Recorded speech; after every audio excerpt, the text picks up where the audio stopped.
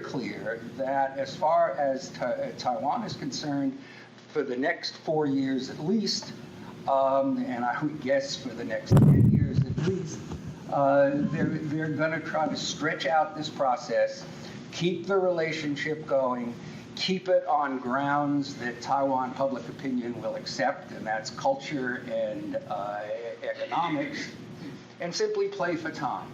If you want to use a basketball analogy, it's just a stall. They're going to keep bringing up new issues, new economic issues, new cultural issues, and avoid foreign policy, and avoid political issues. Now, what's the mainland response going to be? So far, everything coming out of the mainland, coming out of the Taiwan and coming out of the Taiwan Yanjiao, has been geared towards, we accept that. We accept the fact that there will be a long period where we will build economic ties, build cultural ties, and hopefully provide the basis for mutual trust that can then become the basis for more politically oriented agreements, such as confidence building measures, such as maybe a peace agreement, what have you.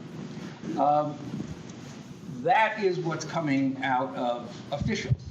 But there has, in the last, since the election, in the last month or two, comments by people like General Luo Yuan, who's a hardliner, who's a commentator, and Luo Yuan has been warning for the last 4 years that Taiwan is pursuing a policy of peaceful separation, hoping Fanya, and that the mainland has to be aware of the fact that Taiwan's going to stall. And Luo Yuan published an article a couple days ago in the Hong Kong press where he said precisely that. Sun Zhi, whom some of you may know, who's head of the American Institute at Tsinghua University, a Columbia PhD. Sun Zhi recently wrote a piece where he said fundamentally the same thing, that this can't go on indefinitely. Now, of course, the mainland has taken the indefinitely out of their policy, sine dime. Now, that was in the earlier white paper. But if we look to the future, and if we look to the new leadership, which I think people are going to talk about, the question that I think you have to ask is, for how long will Beijing allow the cross-strait relations to be restricted to cultural and economic affairs, and at what point will pressures build up within the leadership for whatever reason to resolve the Taiwan question? Because for the moment, I think if you view the situation from Beijing, it's going to require an enormous amount of patience over the next decade or two in dealing with the Taiwan issue, and a readiness to accept very little progress in the political realm, in the hope that they'll build up constituencies on Taiwan, as well as business ties that will provide the basis then for a political relationship. And what the slides I was going to show would have shown was that in public opinion surveys on Taiwan, there's absolutely no substantiation for the argument that Taiwan opinion is changing as more favorable to China. It remains maintenance of status quo. It remains distrustful. So in the short run, I think it's good news. In the short run, status quo will continue. Economic and cultural ties will continue. The question is, in the long run, as these ties continue, whether or not Taiwan, which I doubt, might try to substantiate them into different kinds of relations with the world, not China. And Taiwan might become, and the mainland might become impatient that Taiwan is simply playing for time. So that's the non-transition. Much of what I have to say today actually dovetails nicely with what Stephen was talking about. I'm going to focus more on the actual election itself in Taiwan and how it played out. And then I'm going to talk a bit about the implications of that for cross-strait relations going forward, and also implications for Taiwan's democracy itself, the consolidation of Taiwan's party system, and the continuation of multi-party competition going forward. So the presidential election in Taiwan was held in January 2012, so it's been a little over 2 months since the election. And of course, the incumbent candidate was Ma Ying-jeou of the KMT, and he's eligible to run for a second term during this election, second and final term. He faced off against Tsai Ing-wen, the DPP's nominee for the presidency. And it's worth noting a couple things about Tsai Ing-wen's background. Both she and Ma actually hold advanced degrees from English-speaking countries. Ma, of course, went to Harvard for graduate school, and Tsai Ing-wen both got a law degree from Cornell University, and then went on to get a PhD from Oxford University. So both of the candidates actually shared a similar background. And this is kind of a departure, especially from the candidates that the DPP has run in the past. They've tended not to have the same kind of international experience. And the foreign press often notes that when Ma Ying-jeou, for instance, was running in his first election, that he spoke much better English than the other candidates. And so in this election, for once, the DPP candidate actually, I think, matched up well with the KMT candidate in that kind of international perspective. The major issues in the campaign really were two. One that cropped up a lot is cross-strait relations, and in particular, the signing by the Ma administration of an economic cooperation framework agreement with the PRC. And as Professor Goldstein was mentioning, there's a lot of things involved in this that are continuing to play out, and it's basically an agreement to continue to work on implementing other kinds of cross-strait exchanges, cultural and economic. But the main issue that really drove the campaign on a day-to-day basis was the economy. And this is a bit of a departure as well for Taiwanese campaigns. So Tsai Ing-wen and the DPP played up the fact that Taiwan has had rising inequality under the Ma administration, especially pointing to soaring housing costs in the urban centers in Taiwan and a decline of blue-collar job opportunities. A lot of primary production has moved to China, and so folks who were originally employed in those industries have lost out. Also notable here was that symbolic issues such as changing the constitution or trying to get Taiwan into the UN again, were not a big issue during this election. The DPP in part focused more on economic issues rather than these symbolic issues that they've often tried to play up in the past.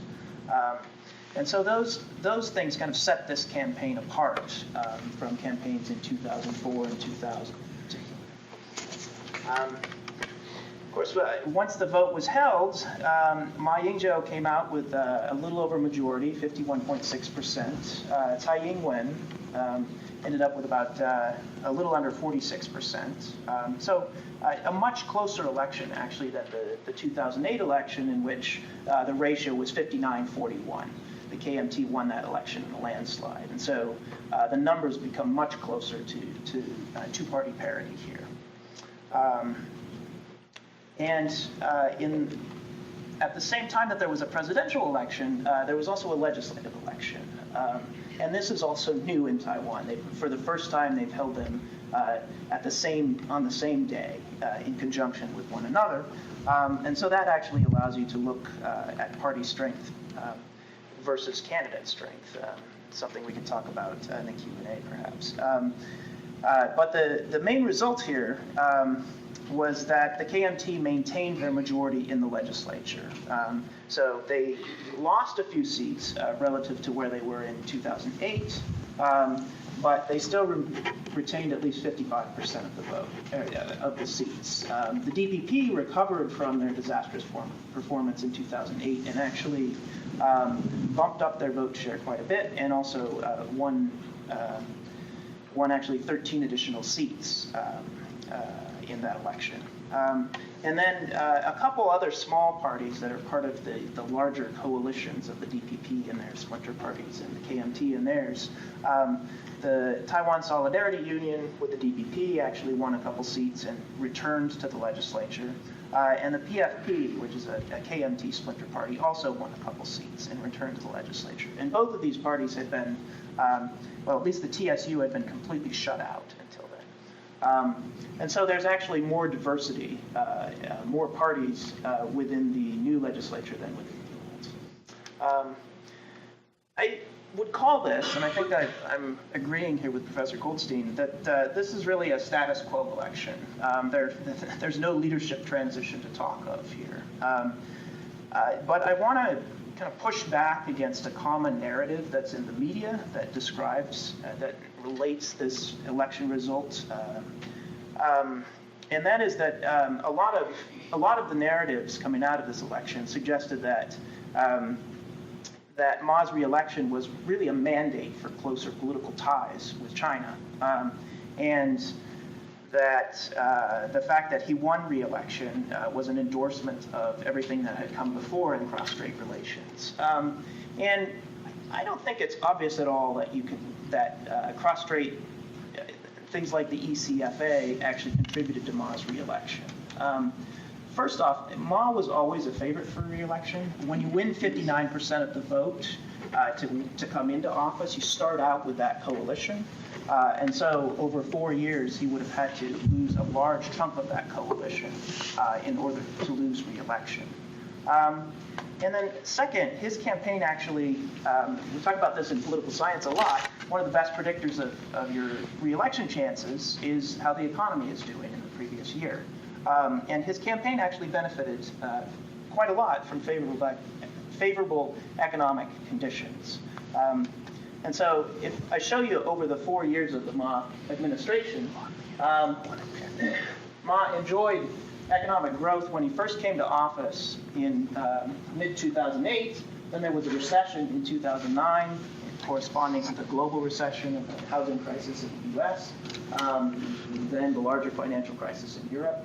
But then Taiwan had a remarkable recovery in 2010, and so you can see that there's quite a surge in economic growth throughout 2010 into 2011, and luckily for Ma, the election was right here. And so there's strong economic performance leading up into this election, and so it would have been very, very surprising if the DPP, despite this pattern over the last 2 years, had managed to pull out a victory in this presidential race. And so, again, I want to emphasize that I think this is more a story about simple economics and economic growth rather than either a mandate or closer political relations with China or a rejection of long-term independence for China, for Taiwan relative to China. The second thing that I want to emphasize is that Tsai Ing-wen, although she lost this election, really presided over a pretty remarkable recovery of the DPP.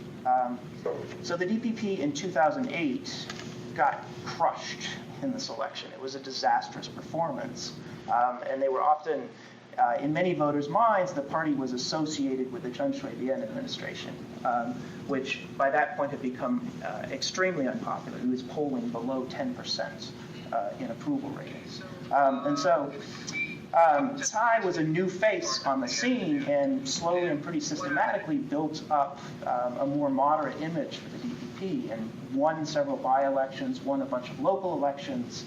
And so 4 years later, the DPP is actually in much better shape than it was in 2008, despite having lost this presidential election.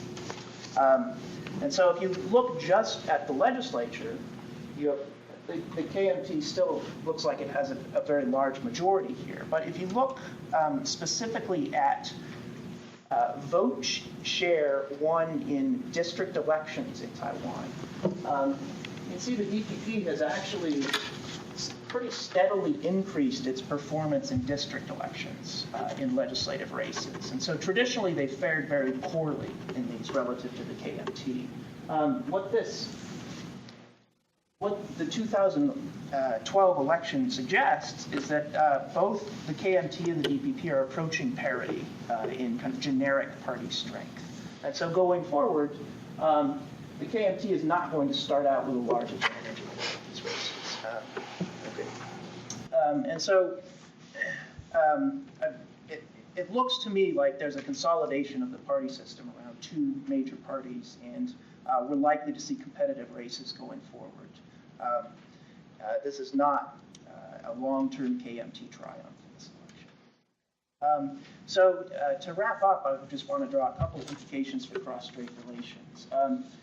The first is just expect more of the same of what's happened over the last 4 years. On the economics side, I would expect continued pragmatic changes in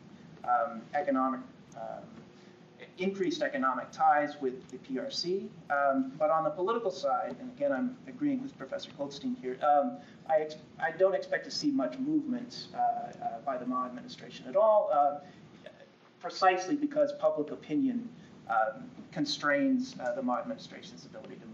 And even though Ma is not up for re-election in 4 years, there will be a KMT successor who will be. And the DPP still poses a potent electoral challenge to the KMT. So they simply don't have the electoral flexibility to move and to move out ahead of public opinion. And second, I would say, rather surprisingly, given how Taiwan often pops up at inopportune times in U.S.-China relations, I actually expect the Taiwan issue to be eclipsed by other issues in the PRC-U.S. relationship over the next year. And so Taiwan is kind of, I think, going to fall by the wayside a little bit. We'll hear a lot more about things like China's allegedly undervalued currency or trading imbalances and that kind of thing. I'm going to talk today about the mainland, about the PRC, and I'm going to really focus on some domestic issues that China will be facing in the next decade of this new leadership. And first, I'm just going to describe a little bit about what's happening, what kind of changes will be coming up in the fall, and then talk about these challenges, and at the end, relate them to policymaking in China. So we know that in the fall of 2012, there will be the 18th Party Congress of the Chinese Communist Party, and this will mean a number of things for the Chinese political system. First, there will be massive turnover in personnel, particularly at the highest levels of party government and the military. And Li Cheng, a political scientist at the Brookings Institution, estimates that at the highest levels of the party, that's the Politburo Standing Committee, the Central Military Commission, and the State Council, which is within the PRC government, there'll be 70% turnover. So this is really unprecedented amount of turnover in the PRC political system probably since the Cultural Revolution. The Party Congress will do a number of different things in addition to this turnover. They'll also set some guiding policies, sort of look back at the last 10 years of leadership, but also set some guiding policies for going forward. There may be revisions to key party documents, such as the Constitution. In a previous Party Congress, for example, the Constitution was amended to allow private entrepreneurs into the party. So there could be sort of a major revision to the Constitution of the party. But very little about what will happen is known in advance. Right now, even we don't know when exactly the Party Congress will happen. The date will be set later in the summer. So a lot of it is speculation, and a lot of it is sort of rumor and innuendo, but a very important transition nonetheless. The Politburo Standing Committee is the top body of the Chinese Communist Party. This will undergo the most significant turnover. 7 members of the Politburo will step down, including the current party secretary, Hu Jintao, and the premier of the government, Wen Jiabao. It's widely expected that Xi Jinping, whose picture he's met Obama when he visited last month, will be promoted to lead the party, become party secretary, and then president of the country. Li Keqiang will be the premier. The other 7 slots of the Politburo Standing Committee will be taken by new members. So 7 of these people will, if you can see it, it's a little small, will step down mainly because of age, and they will be replaced by younger party officials. I want to just say in regards to China's political institutionalization and reform, we often say that China hasn't done enough political reform compared to its economic reform. One major change that happened in the 1980s is that the retirement of party officials and government officials became very systematic. And so we can assume that people, as they reach 68, are going to be ending their political careers or taking less meaningful roles. And this is something that's very different from the Mao era. So in regards to political reform, this is a major political reform that China did. We can now know that most of these older party officials will step down. So now I want to turn to some of the economic and social challenges that this new government will be dealing with as they take office in the fall. The economic challenges that China faces these days are really because of its success over the last 30 years. So massive economic growth, very high rates of millions of people leaving poverty, and economic development at a rate that we haven't seen in other countries, even in other fast developing economies in Asia, like Taiwan earlier, South Korea, Japan.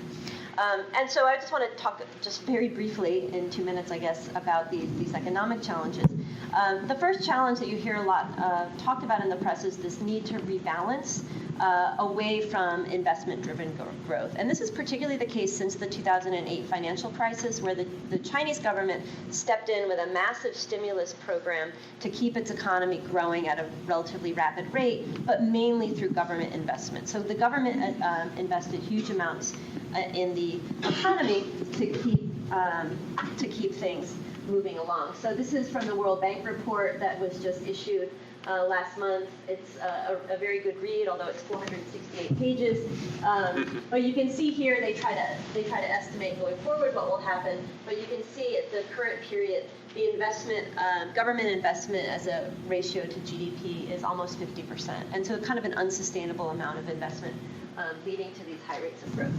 The other another issue is, and this is more of a local government issue in China, Chinese local governments have become extremely dependent on land revenue, redevelopment of land for commercial reasons, for their own fiscal reasons, for their own budgets. And this is creating this is part of the reason of the imbalanced economy, because this investment is often local, but it's also creating a lot of social friction in China, a lot of conflict between farmers and local governments, and of course leading to a lot of wasteful development. The third issue is, it's a good issue, it's a positive thing that's happened in China for Chinese workers, but it's creating stress in coastal economies on the Chinese coast, the development zones around Shanghai and around Guangdong in the south. Wages are going up very rapidly in China among labor-intensive manufacturing workers, and many factories and companies are moving investment either to inland China or to Southeast Asia or to other places that have lower costs. Now, this is good for, you can imagine, this is very good for other goals, because if Chinese consumers have more to consume, then this imbalancing issue will be corrected. But this leads to the issue for coastal economies: what's going to replace these labor-intensive manufacturing jobs. What kind of economies will Guangzhou have now? Will Shanghai have? Will Jiangsu have? As labor-intensive manufacturing moves to other places. So again, these are very big economic challenges, but they come on the heels of 30 years of success. And so there's a lot of momentum in solving them successfully. And just one last issue that I don't have on that chart, but I want to mention because it's in here too. Urbanization in China is happening at the fastest rate in human history. I think the World Bank calculates that this is like one new Tokyo every year for the next 20 years. So massive amounts of people moving to urban areas. So right now, share of employment in agriculture is almost 40%. By 2030, they estimate it will go down to 12%. I'm probably running out of time, so I should stop soon. A few more minutes, okay. The social challenges are of course related to these economic issues, and the social challenges are also very pressing. In terms of urbanization, what urbanization means is creating social welfare programs that encompass a larger number of Chinese citizens, but also that have deeper coverage. Right now, China has extended medical insurance and pension insurance to rural citizens, but it's very, very shallow. The coverage rate is actually very high. It's over 90%, but what you get out of those insurance plans is very small. And so the national government, the central government, is trying, I think, very hard to figure out ways to develop social welfare programs that are comprehensive, that don't discriminate between urban citizen, migrant worker, rural citizen, reducing inequality. But there is a lot of resistance at local levels because local areas, cities, and provinces will have to actually implement these policies, which are redistributive. They're going to take money from wealthy people and redistribute it to poorer people. And related to the land problems that I just mentioned in terms of the dependence of local governments on land redevelopment for fiscal revenue, this is leading to these kinds of situations in rural areas and in suburban areas where farmers who don't own their land are having the land taken away by the local government, sold to developers. The farmers are compensated at a lower rate than they think is fair, and then the land is sold off at high value. This is creating enormous tension in local areas in China, probably even more so than labor unrest, which is something I study, but this kind of unrest is very severe. And there are very few institutions actually to deal with this kind of unrest. So it often ends up being handled at the last minute through some kind of police security force, rather than setting out a new way to compensate farmers for the land that they've been using. Again, it's a really big issue that is facing the government. And so to talk just in conclusion about, so these policy challenges are extremely significant. They're very serious. They're in a way partly because Chinese reforms have been so successful for the last 30 years. The World Bank report, which was written with the Chinese government, sort of recognizes that this type of reform policies that we've had have been successful, but now we need to change to a new kind of economic system, one that's more domestic-driven, one that's more equitable across regions and across different types of people, but very significant challenges.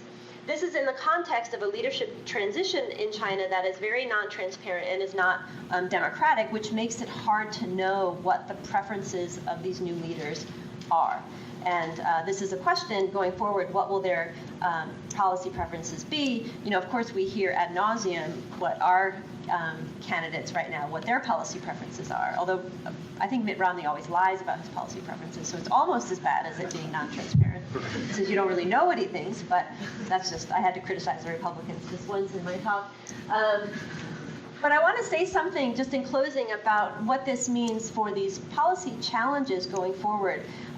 Because this transition is non-transparent and a very slow transition in reality, there's a lot of holdovers in terms of the people who have retired. They have a lot of power even after they step down. The new leadership is unlikely to make bold policy decisions in the first few years of office. That really, if they're going to make a significant change, if they can make a significant change, it won't be right away. And this is different than what we might think in a US presidential election, where there's a honeymoon period where the new president comes in, he has the goodwill, he has the votes behind him, and he can try to push through a lot of changes right away. This doesn't happen in the Chinese system.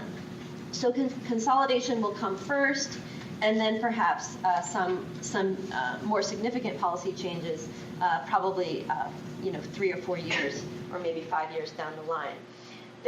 So in conclusion, I would say we estimate probably very few. It's very unlikely that we'll see large policy shifts at the beginning of the new leadership. Political reform, significant political reform, is very unlikely.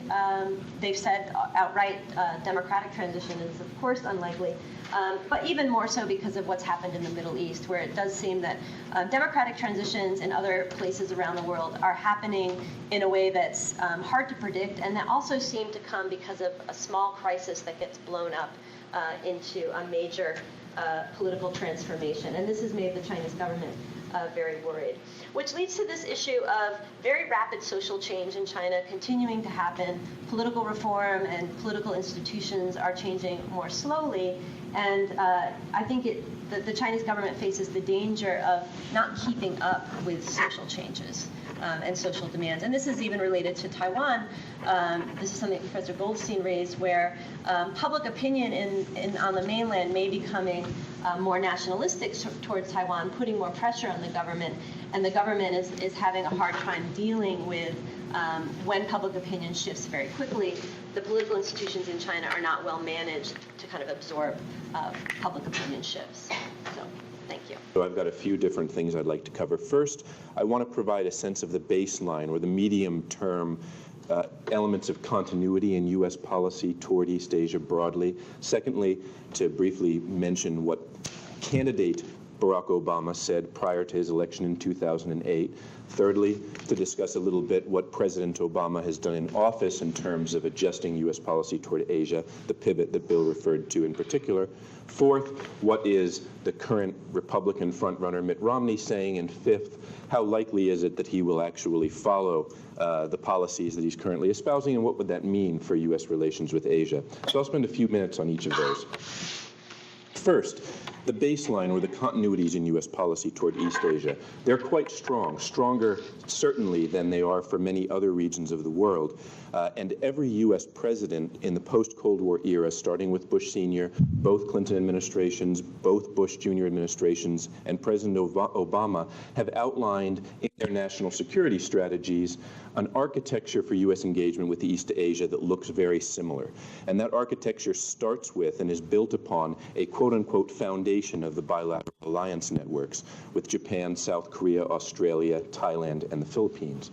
The second item that has been continuously part of the national security strategy has been to engage with what President Obama calls other quote-unquote centers of influence, and they have been referred to differently across administrations, but essentially refers to important non-allies of the United States. Right now, the three that are listed in the president's strategy are China, Russia, and India. Those have varied a bit from point to point, but the primacy of bilateral relationships in U.S. strategy has been clear from administration to administration. The third item in these policies has been UN institutions, global institutions, be they security or economic. This could include the World Bank or IMF. Fourth has come ad hoc, flexible partnerships, things like the current Trans-Pacific Partnership or the trilateral dialogues involving, say, the United States, Japan, and South Korea. Only fifth in the list have come regional institutions, bodies such as APEC, the ASEAN Regional Forum, the newer East Asia Summit, and so forth. And so there is a strong continuity in terms of the structure of U.S. engagement in the region, and I would argue that while the Obama administration has departed from that slightly, it really is only a slight departure, and that fundamental approach to East Asian relations remains largely intact. So what did President Obama say before he was elected as a candidate? Largely because of the recession, and as a result of the recession, the decline in the size of the trade deficit for a brief period between the U.S. and China, Sino-U.S. relations weren't as large or central a part of the 2008 election as they might have been. Nevertheless, candidate Obama set forth some principles on what he would do in office. And to the extent that they differed from the policy of the second Bush administration, that change was very modest. President Obama certainly did not identify China as a strategic competitor the way that President George W. Bush had in 2001, but the policies that he enumerated in 2008, such as working with China toward currency reform, intellectual property, human rights, non-traditional security challenge, and building what was undeniably a difficult relationship, were largely continuities from the second Bush administration, which had shifted its focus back toward Asia to some extent during the latter years of the Bush presidency, and that, as you all know, had also adjusted its tune as the neoconservatives of the early Bush years became replaced by more pragmatic, let's call them paleoconservatives.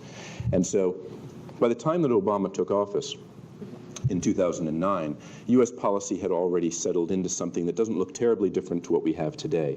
There have been a few features that the Obama administration has pointed to as evidence of its pivot to Asia. One of these has certainly been, a high-profile one, has been to join regional multilateral institutions or legal instruments.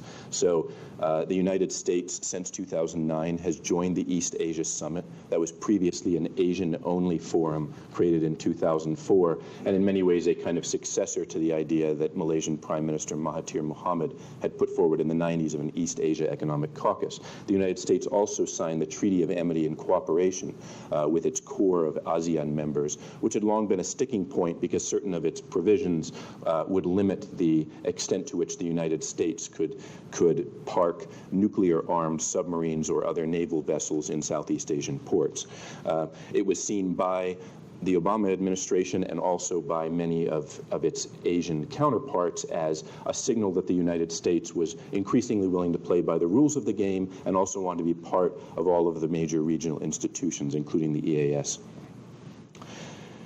So the United States also hosted APEC last year. Now, that wasn't something the Obama administration planned. It's something that was in the cards a decade ago. Nevertheless, the combination of these things has been a prominent part of the administration's strategy, led by Secretary of State Clinton, to show that the United States is not solely going to rely on bilateral structures, but is going to try to beef up what I described to you as that fifth prong in U.S. strategy of multilateral engagement. At the same time, the United States has also done a number of things to show that its departure is not terribly great from what I've described as the medium-term practice of U.S. foreign policy in Asia.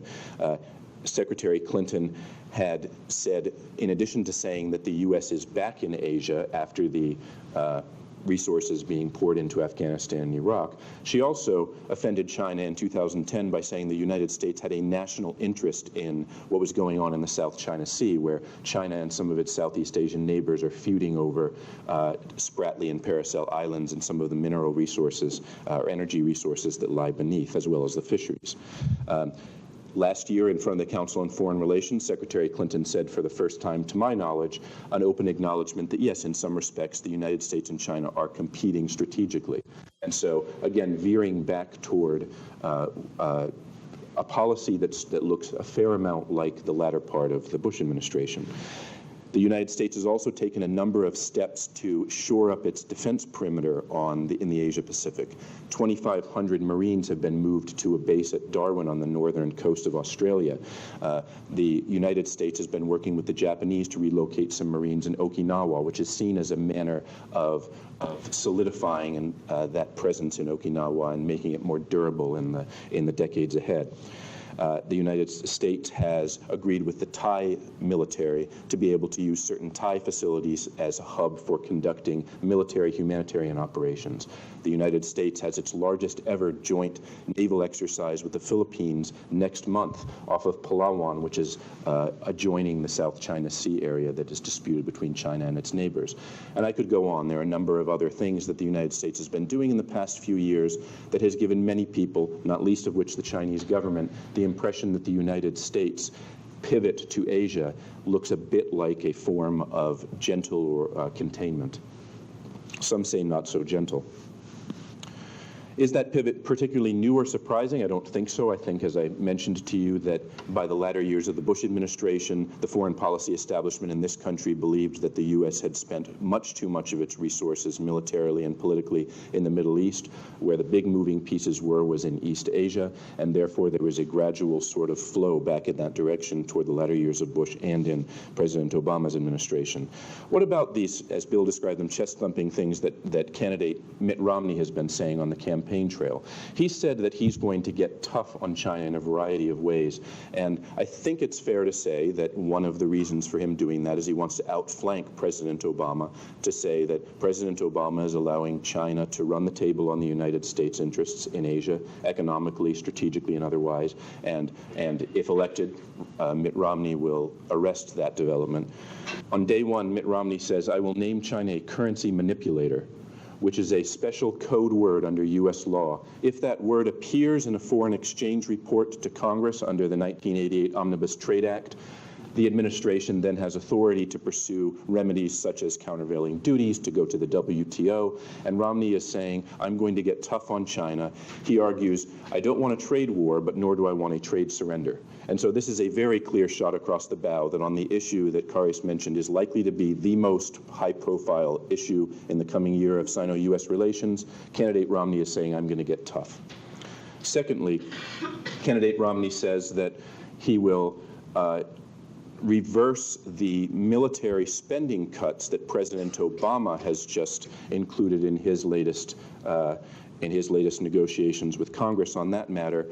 And while President Obama is cutting defense spending by a few percent, including cutting some expenses on shipbuilding and on new types of aircraft and missile defense systems and other things that are the types of new military resources that would most likely feature in any conceivable conflict with China, candidate Romney says, I'm not going to let that happen. If you elect me, I'm going to set a floor on U.S. defense spending at 4% of GDP, and I'm going to increase the size of the U.S. military by 100,000 troops. And in particular, I'm going to make sure that some of the funds that I replenish go toward the types of strategic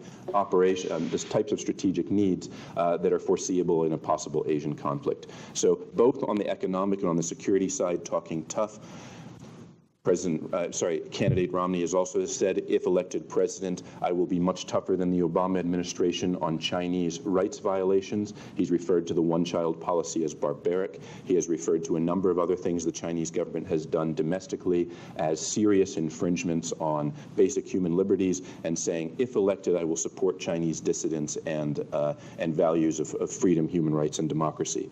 So across the board, candidate Romney is saying, I'm going to make a significant change or departure from President Obama. In the last minute that I've got, let me tell you how much I think that that's likely to be the case.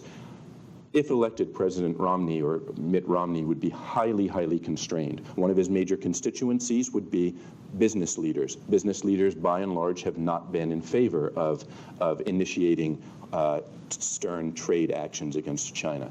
Secondly, this notion of bolstering the alliances on the military side with some of America's Asian allies. Romney has said both he wants to strengthen alliances and he wants to create in East Asia what he calls a, quote, Reagan economic zone of like-minded liberal market democracies.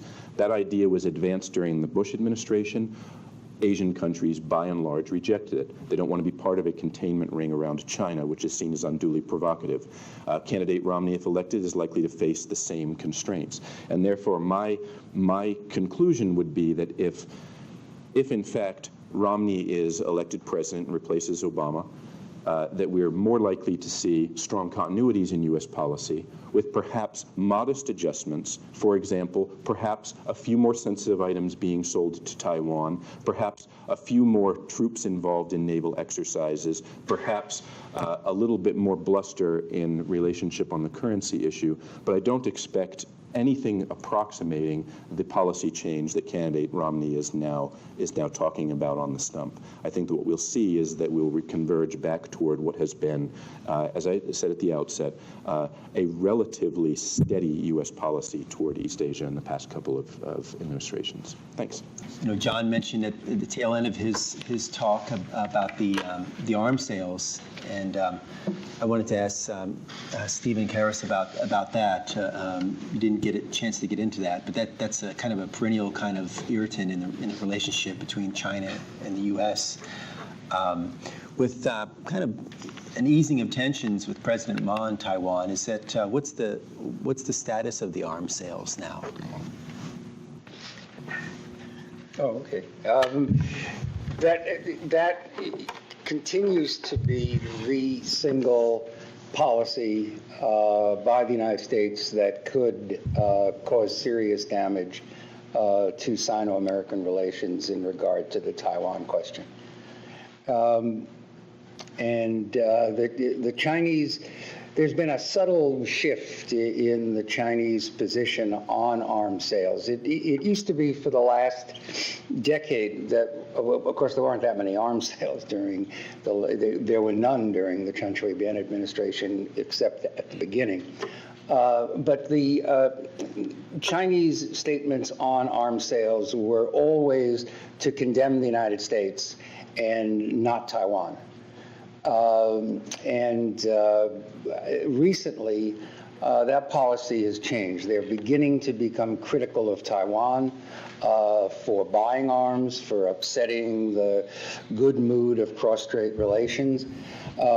President Ma has said that he will continue to buy arms because that gives Taiwan a position of strength when dealing with the mainland.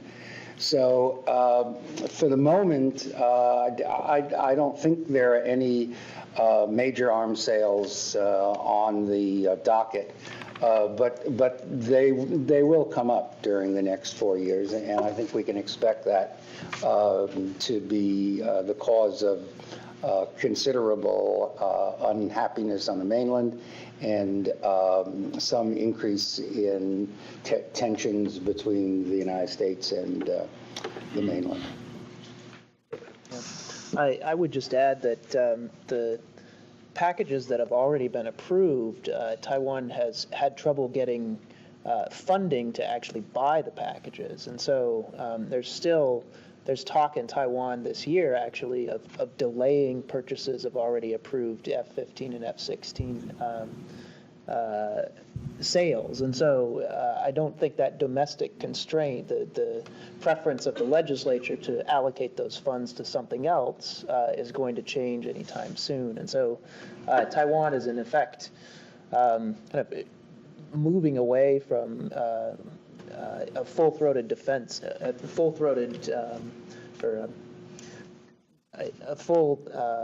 dedication to its own defense and relying more and more heavily, I think, on the implicit U.S. security umbrella and on warmer relations with the PRC. Anyone else? I guess I'll add one thing on that, and that is that, building on what you said, Kharis, I don't think that either the United States government or the Taiwanese government perceives these arms sales as a means of allowing Taiwan to necessarily defend itself against a motivated PRC in a conflict. What this is it's a manner of providing some political leverage in the negotiations so that Taiwan is able either to elongate, as a few of the panelists said, or to forestall movement toward greater political integration. So it is symbolically important. It will irritate relations, but I don't think that the difference between U.S. weapons, the new F-16s, or just repairing the old ones, will have any significant effect on Taiwan's ability to prevail in conflict. I just have a kind of a two-part question about Taiwan and China. How good of a job is the Kuomintang or the Nationalist Party, the DPP, doing in grooming the next wave of leaders with Ma, who might come after Ma, and also on the mainland too? I mean, one thing that's really interesting about the change that we're going to be seeing there is that it's not people leaving chairs; it's actually a generational change. And what's the significance of that?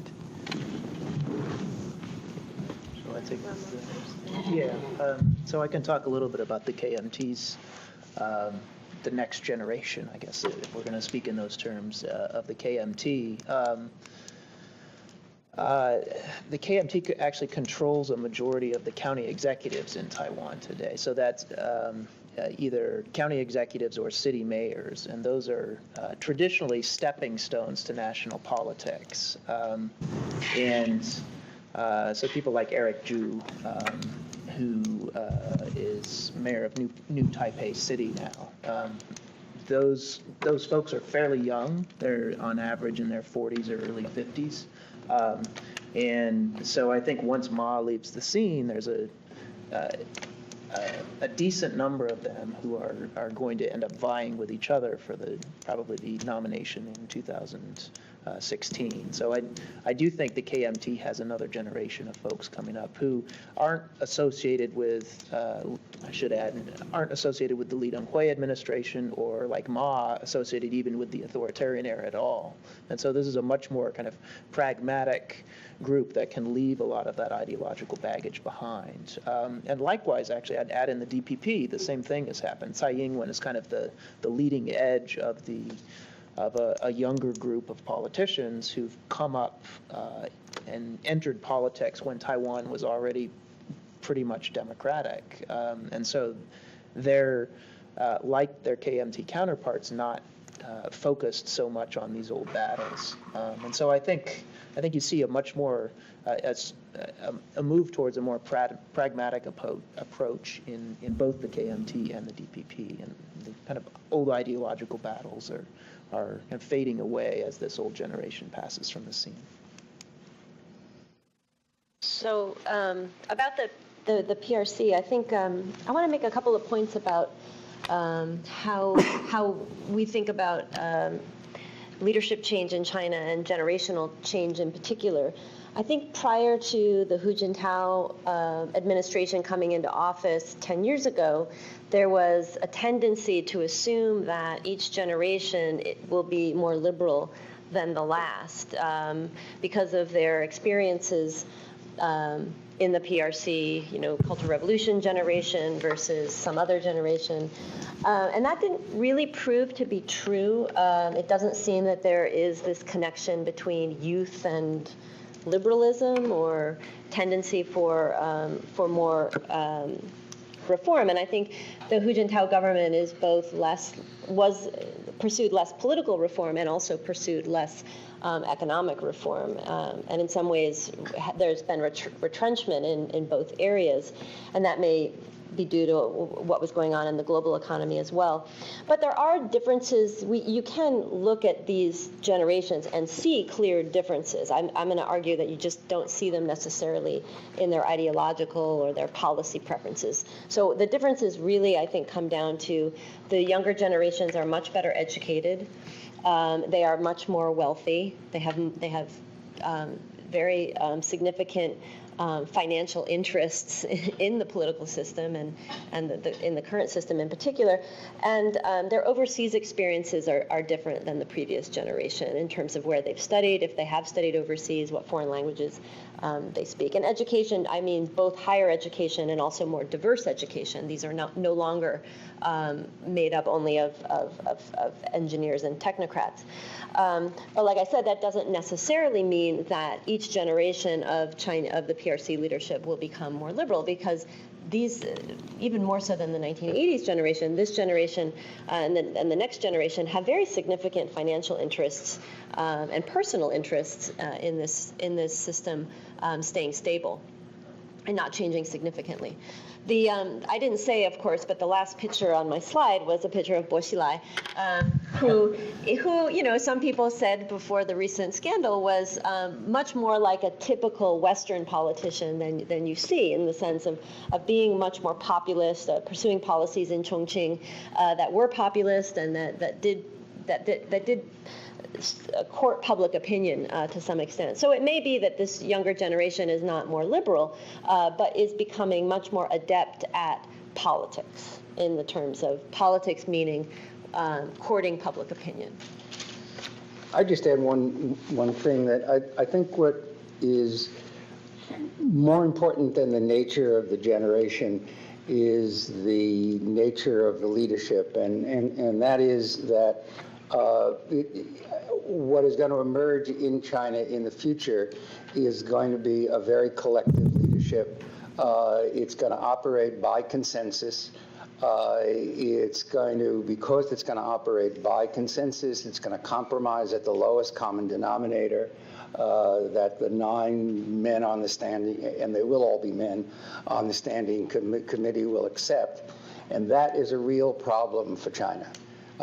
Because what China needs is a leadership that's capable of initiating some pretty major changes.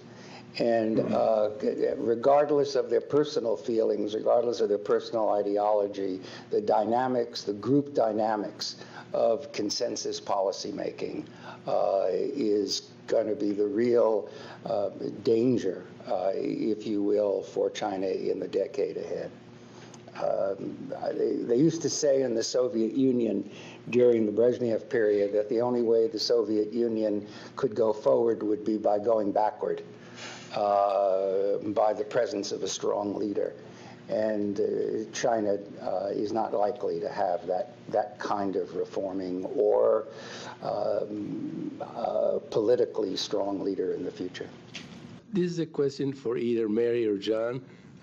About the code word of currency manipulation that Romney is sort of advocating getting tough. I still can't figure it out. The currency rise in China would really affect anything. I mean, the only thing it's going to affect is what we buy at dollar store will be $1.25 instead of dollars. And plus, when the currency goes up, the biggest imports that China has is raw materials and energy. It will be cheaper. Could you elaborate on the whole issue as far as China is concerned, exporting and importing? Sure. And the currency. Sure. Of course, it's, it would have complicated effects if a major economy adjust the value of its currency. China's currency actually has already appreciated considerably since 2005, when the exact same issue was being debated in Washington. At that point, it was Charles Schumer and it was Lindsey Graham who were leading the charge, and it was a Republican Treasury Secretary, John Snow, and then Henry Paulson, who were opposing it. Now you have a Republican presidential candidate trying to outflank the president. I think this is mostly about politics, but first I'll answer your economic point. One possibility, as long as the United States continues to have higher investment than savings, it's a mathematical truism that we will have a current account deficit. And so if the United States continues to have a huge fiscal deficit, continues to have low levels of household savings, but continues to invest at a reasonably high level, as has been the case for a long time in this country, we will have a current account deficit, but not necessarily with China. So one possibility is that the U.S. does, in fact, U.S. consumers buy that $1.25 widget at the store, but it's made in Vietnam or India instead of China. So the bilateral trade deficit could shrink, but the overall current account deficit would remain the same, or close to it. There are also issues for a lot of American-owned businesses that operate out of China. This is sort of the little secret that one doesn't see in the political discourse in the United States. On one side are the labor unions and the manufacturers who say we have to go after China and we'll hold our politicians accountable if they allow the PRC to continue to steal our jobs and outsource them. Whether or not that's economically true, it's politically a reality in the United States discourse. But on the other side, much quieter publicly but influential privately, are business groups that go to the Treasury and the White House and the Congress and say, hey, don't tell anybody, but we're making a lot of money because we own the outfits in China that are re-exporting to the United States. This is why I don't really think that even if Romney's elected, that he will go very far on this currency issue, because he's much more identified with that constituency than he is with the labor and the manufacturing. I think this is politics. I think it's a convenient thing to beat that drum for the next 6 months, and I think that if Romney is elected, that he will say on the first day of his presidency that I've been discussing this with the Chinese and they've given me assurances that they're changing their tune, and we've set up a new strategic economic dialogue to work it out. sort of building off the last exchange that went on, and Dr. Goldstein's comments about there being a politics of consensus, and Mary Gallagher's comments about the new generation. And I'm just curious to hear you talk a little bit more about the central leadership versus regional or more local dynamics. So if you have this the central level working on this politics of consensus, I know in the recent history of China, the local and regional areas are where you see real big changes that first occur, and it's a testing ground. Do you think we'll continue to see that, or there'll be a shift in that kind of model of reform and moving forward in those dynamics? Well, the local government officials, I mean, high-level local government officials, talking about provincial or some municipalities, of course, are also within the central committee of the party. So they have this role of both representing localities, but also in the central government. And so they serve this really key role in trying to serve both constituencies, both central government and their local economies. What I see now as a major problem, and this is related to the land redevelopment and the tensions that's creating, is that local governments are still extremely motivated to grow their local economies to the detriment of any central goals that might be more rebalancing or redistributive. And so it seems to me that the central government was very successful in previous decades because their incentives were aligned with these local government incentives to grow the local economy. And local officials were successful if they did so because they would be promoted upward. And I see that as breaking down or fraying now as the central government has become more interested in other goals that include rebalancing, domestic consumption, improved labor standards, reducing environmental pollution. All of these things have been extremely hard to implement at the local level because the incentive structure is not there.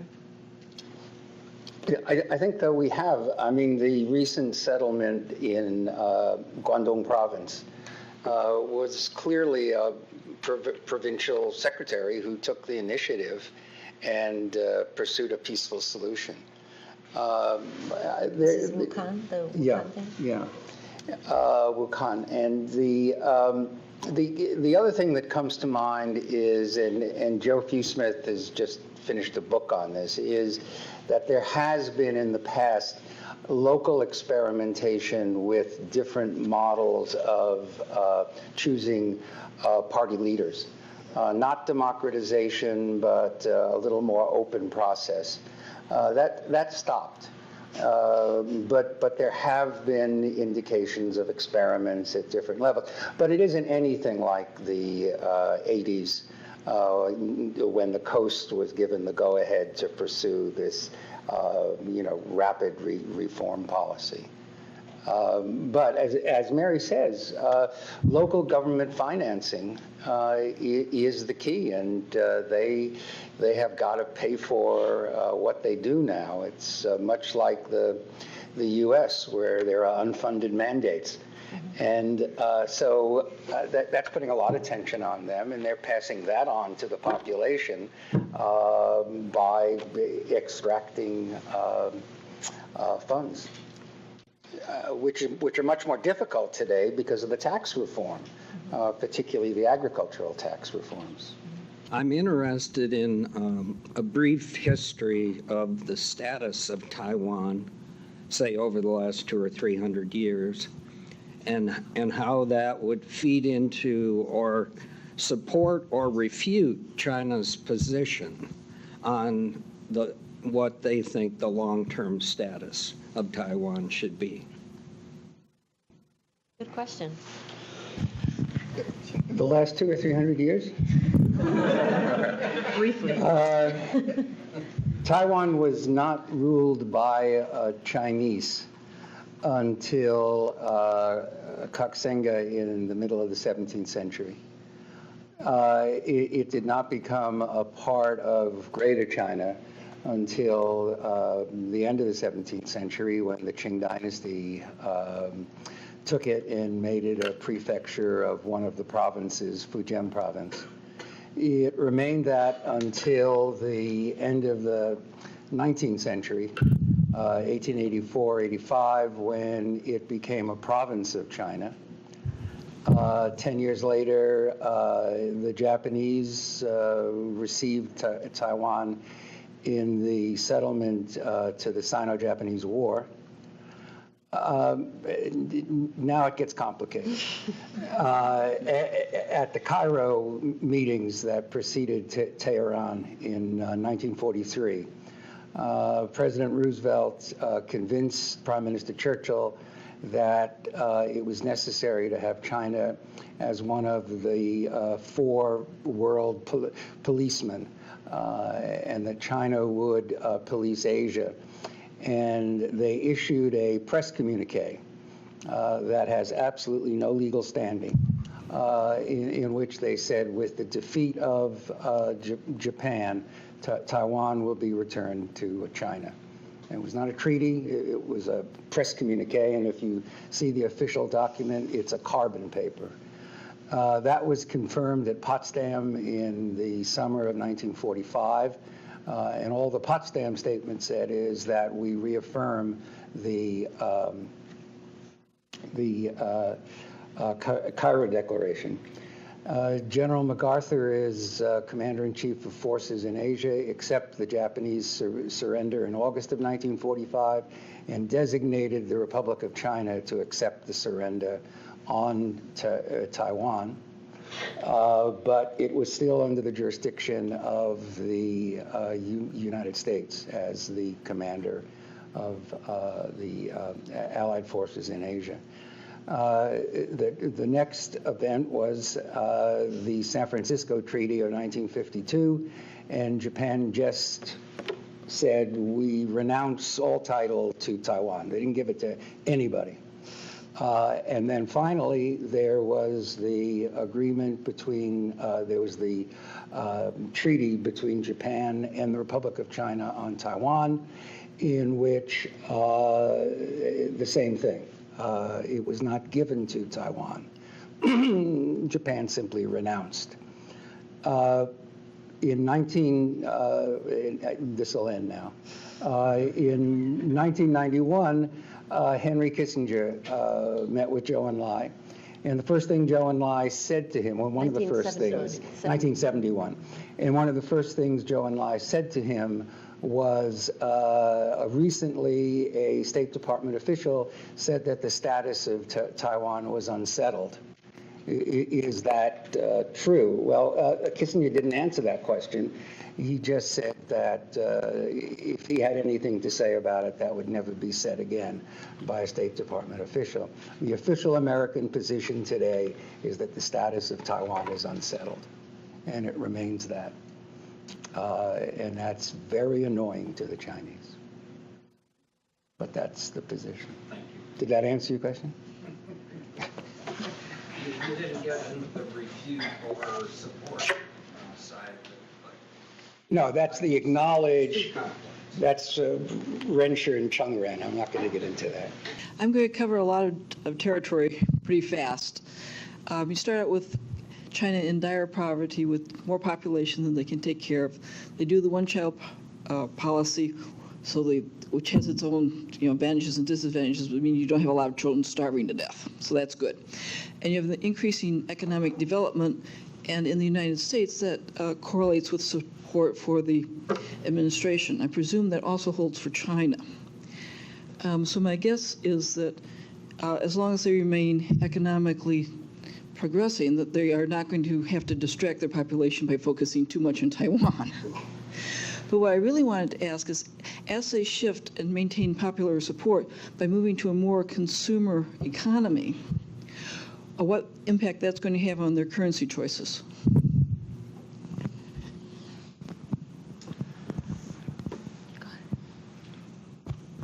Well, one reason why, I'll answer briefly on the currency point, and others can perhaps talk about the other aspects of your question.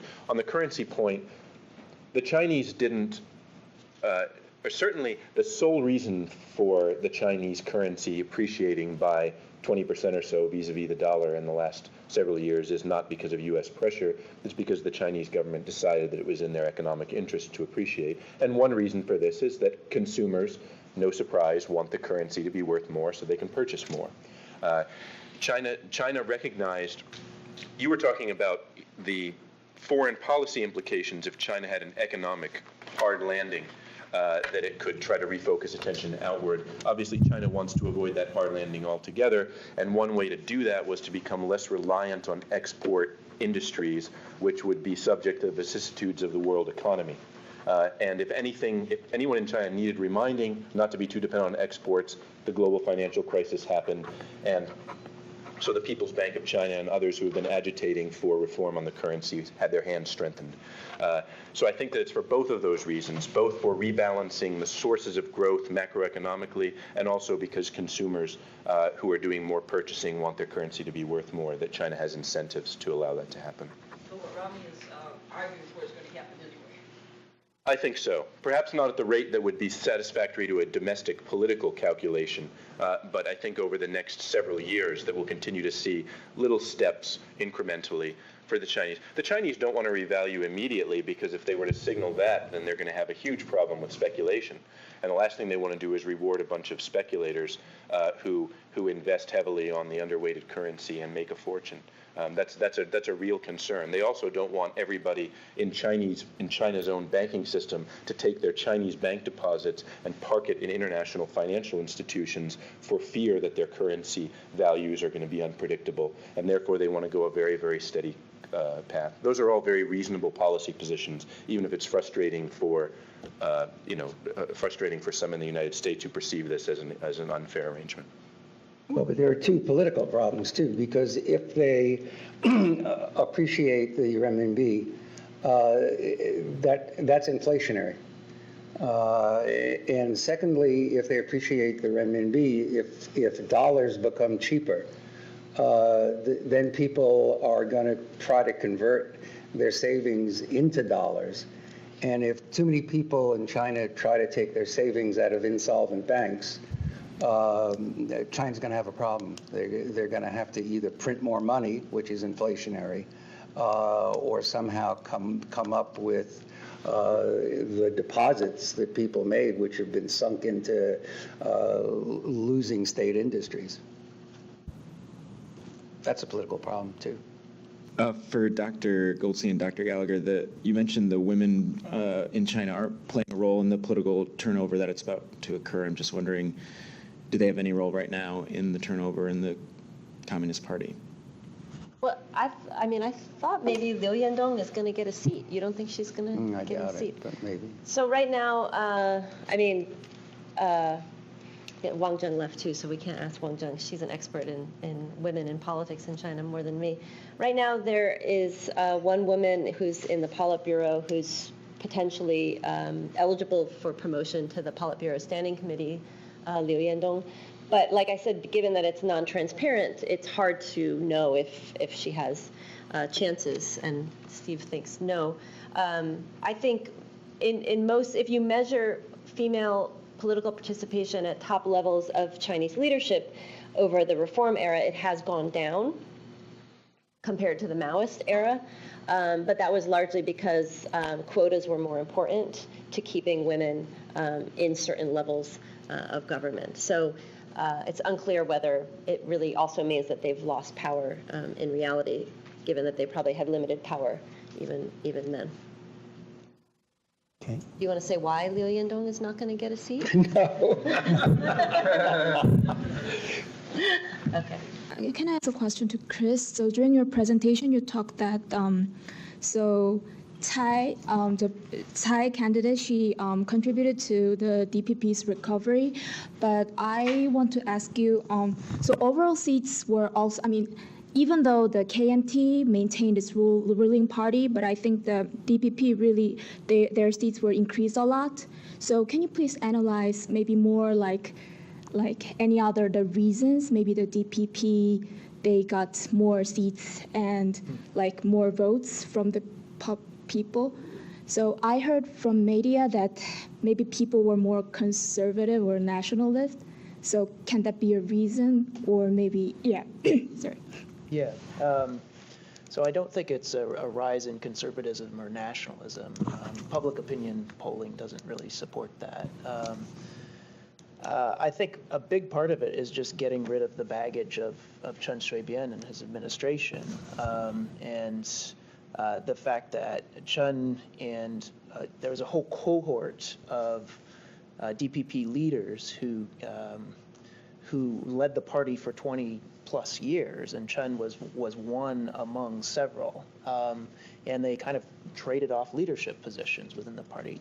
Tsai was not part of that group. She actually got her start in politics in the Li Denghui administration. So this is a KMT administration in the 1990s. After Li Denghui stepped down, then Chen Shui-bian nominated her to be, I believe, the head of the Mainland Affairs Council. And that was seen as kind of reaching out to the KMT and trying to find somebody who was nonpartisan. And so she only joined the DPP in 2004. And so for all of those reasons, she represents, also she's female. And so that represents kind of a break from this older leadership of the DPP.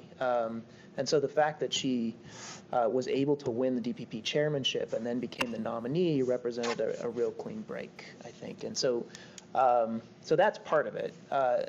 The other part is that the DPP was she took a lot more moderate positions, or because she's a new face on the scene, she was able to kind of play down a lot of the kind of anti-China imagery that Chen Shui-bian had, for better or worse, acquired during his political career. And so she was able to kind of bring the party with her towards a more moderate position on relations with China. And so I think the DPP benefited greatly from that kind of wholesale revamping of their image over 4 years. And you see that actually in a series of elections. The DPP candidate does better by playing up local issues rather than playing up kind of nationalist issues where we're going to change the Constitution or we're going to try to get into the UN, and they were able to win elections based on economic concerns, basically.